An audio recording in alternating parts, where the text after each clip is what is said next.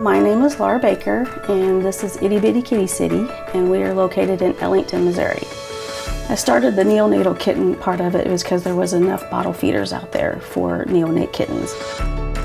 I am a registered nurse at a nursing home. As a child, I had done several bottle babies. I knew that I had that ability and decided to just take it on. I started getting several calls to rescue small kittens, and they just kept getting smaller and smaller. Eventually, we raised money to get an incubator, and it just blossomed from there.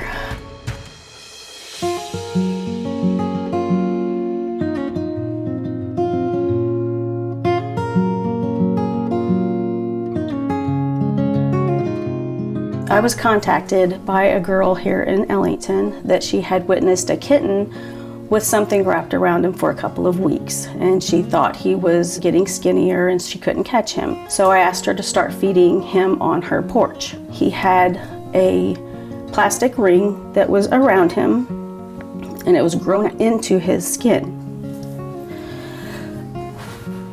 So we cut that off of him, and I took him to the vet. He trusted me fully, not everyone else so much, and his safe haven was in the kitten nursery. I had emailed the Munchkin company that the packaging was Munchkin that was around him, and I got an email back stating that they wanted to donate money for Munchkin, pay for his surgery. They sent a donation, and we decided to spend that donation to get this room built in what we're sitting in now. It's hard to actually put into words the gratitude that a company this size would care so much about what happens to these animals.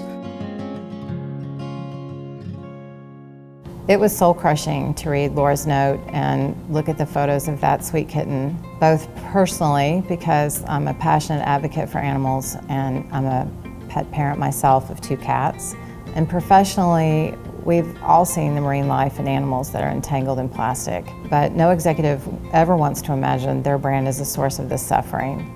You know, Laura asked us for nothing. She simply wanted awareness. She was asking us to do better. I knew the change had to happen in our own backyard, and actually in this case in Missouri.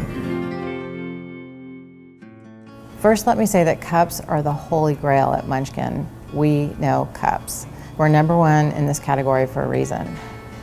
That said, we clearly had to do better on the packaging materials. Munchkin is a great design company at heart, so I never doubted my team, but we had just finished a complete rebrand on our entire product packaging line. That's thousands of boxes and packages. So to think about taking on this Herculean task again so soon, you know, we have over 500 cup packages of many different configurations, and that was daunting. So a redesign process for packaging involves a few steps. The first step is always research and development to come up with as many ideas to make sure you have a wide breadth of things to work with. And then you narrow it down and go into the trial and error phase, making little adjustments until you settle on one strong direction that you can trust and you want to move forward with for everything. And that is the execution phase, where you're testing every single design as well to make sure it's functional. And so now we're at the graphic design phase where we're applying artwork, and then soon we'll be shipping it out.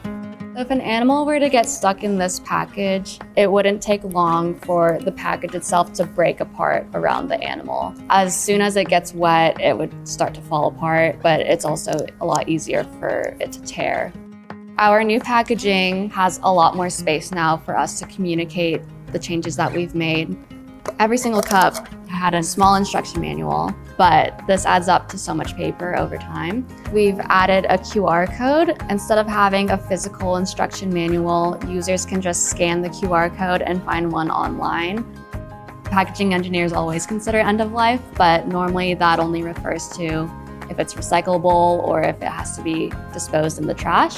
But realistically, there is a third option that it might be put on the street or end up in the ocean.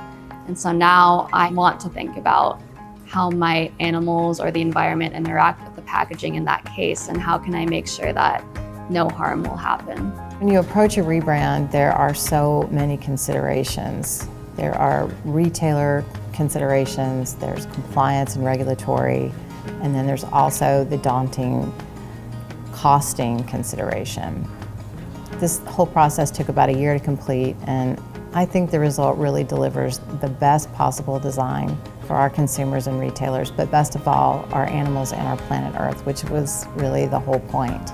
We were just really overwhelmed that this large company would go to the trouble of trying to redesign their packages to save other kittens from going through this. I named Munchkin because of the donation, and what other name would I name him? I mean, that's really how I feel right there. What other name would there be for Munchkin?